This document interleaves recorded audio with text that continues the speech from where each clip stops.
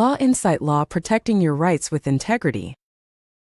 কতদিন বিশেষ প্রশ্নপত্র আলোচনার প্রথম ভাগ দেখেছি, নাম্বার 50 পর্যন্ত। আজকে 51 নাম্বার থেকে দেখব।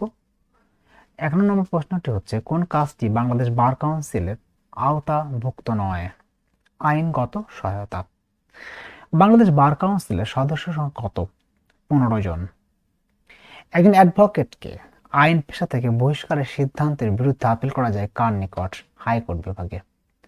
অ্যাডভোকেট হিসাবে তালিকাভুক্তির জন্য একজন প্রার্থীর ন্যূনতম বয়স কত হবে? 21 বছর। ন্যূনতম কত বছর অভিজ্ঞতা থাকলে একজন অ্যাডভোকেট কোন সনদ প্রার্থীকে নবিশ হিসাবে গ্রহণ করতে পারেন? 10 বছর।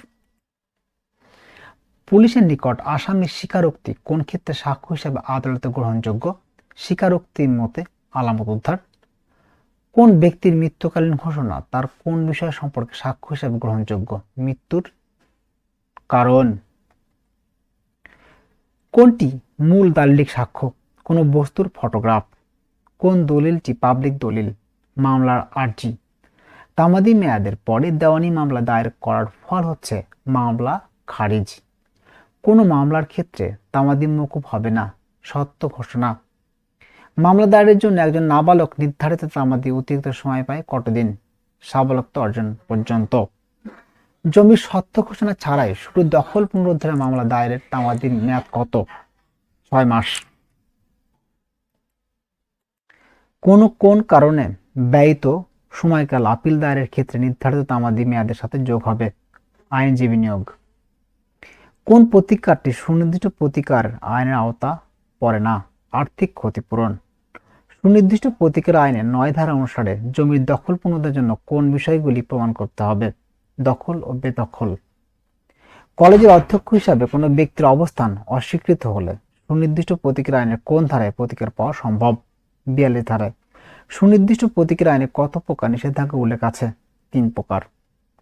কোন চুক্তিটি আদালতের মাধ্যমে বাস্তবায়নযোগ্য নয়? সিনেমায় অভিনয়ের চুক্তি। অজামিনযোগ্য অপরাধের ক্ষেত্রে ফৌজদারি কার্যবিধির 497 ধারা বলে আসামির কোন অবস্থানটি বিবেচনা আদালত জামিন দিতে পারে?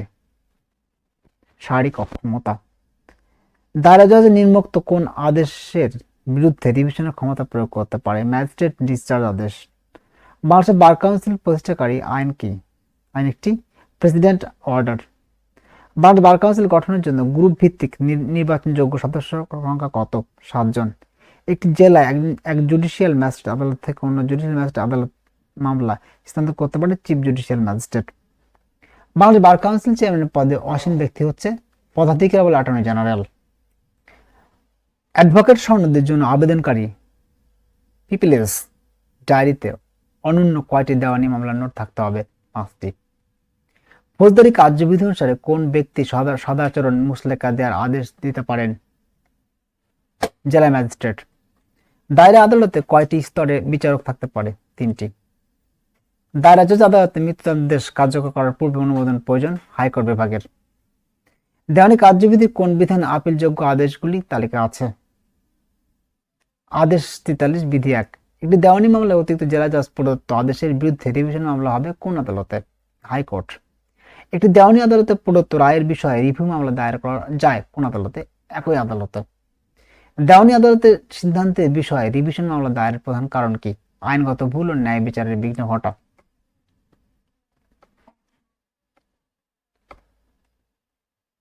দেওয়ানি কার্যবিধি অনুসারে আর্জি নাকচের সিদ্ধান্ত হচ্ছে একটি ডিক্রি। দেওয়ানি কার্যবিধি 151 ধারায় বর্ণিত আদালতের ক্ষমতাকে বলে সহজাত ক্ষমতা। দেওয়ানি কার্যবিধি অনুসারে প্লেডিং অর্থ হচ্ছে আর্জি বা জবাব। অ্যাডভোকেটের মাধ্যমে দাখিলকৃত দেওয়ানি মামলায় আর্জিতে কার দস্তখত প্রয়োজন হবে? অ্যাডভোকেট ও বাদী বা তার প্রতিনিধি। আর্জি সংশোধন করা যাবে কোন পর্যায়ে? যে কোনো পর্যায়ে।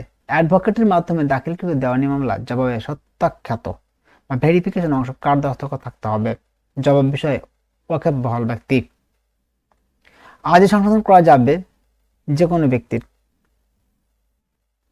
নাম্বার 91।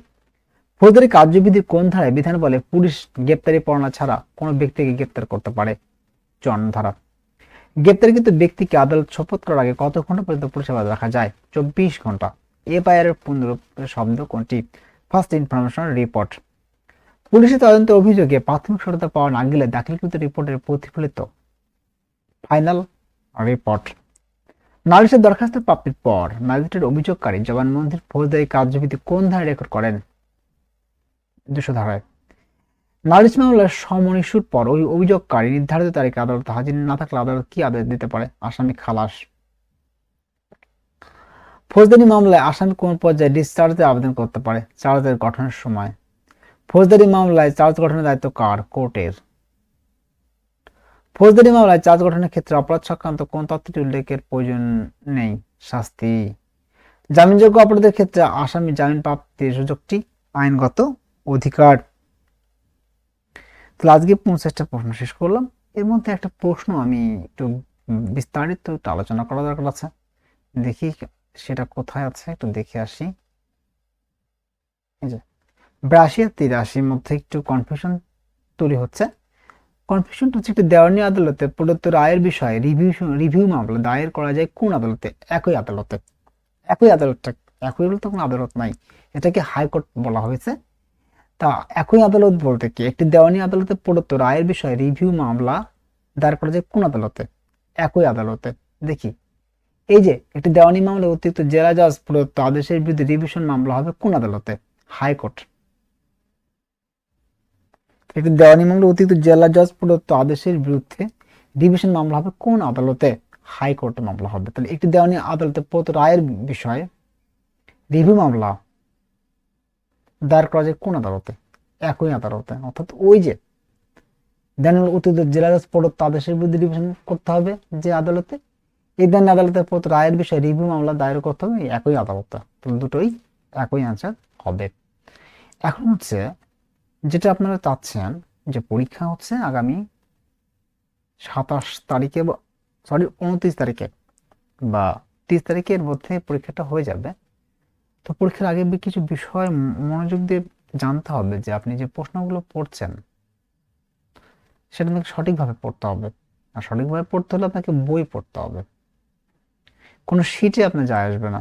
যে ক্লাসগুলো অনলাইনে আপনার টাকা দিয়ে করছেন সেটাও টাকাটা একদমই বিনা কারণে লস হচ্ছে। তো ইউটিউব ভিডিও দেখে কতটুকু করা যায়? ইউটিউব ভিডিও দেখে আপনি পারবেন হচ্ছে যদি আপনি ভিডিওটা বারবার রিক্যাপ করেন, শুধু আমার ভিডিওই না, যদি ভালো কোনো ভিডিও থেকে থাকে সেগুলো বারবার রিক্যাপ করে দেখা শুরু করবেন। তো দেখবেন রিক্যাপ করলে কি হবে, বিষয়টা বারবার শুনতে শুনতে আপনার মাথার মধ্যে চলে যাবে, আপনি আর ওটাকে কি করবেন না, ভুলবেন না। তো যেটা যদি ভুল না হয় সেইভাবে পড়তে হবে। ভুলে গেলে তো পরীক্ষায় অ্যান্সার করতে পারবেন না, এই জন্য উত্তীর্ণ হতে পারবেন না। এখন অনেকেই দেখা যাচ্ছে যে এমসিকিউ উত্তীর্ণ হয় না, এমনও আছে 10-15 বছর ধরে এমসিকিউ পরীক্ষা দিচ্ছে কিন্তু তারা কিন্তু উত্তীর্ণ হতে পারছে না। তাদের দোষটা একটাই, তারা নিয়মিত স্টাডি করে না, নিয়মিত পড়াশোনা করে না। তাহলে কি করতে হবে? নিয়মিত পড়াশোনা করতে হবে। তাহলে দেখবেন অচিরেই আপনারা পরীক্ষায় টিকে যাবেন। ধন্যবাদ সবাইকে, সবাই ভালো থাকবেন।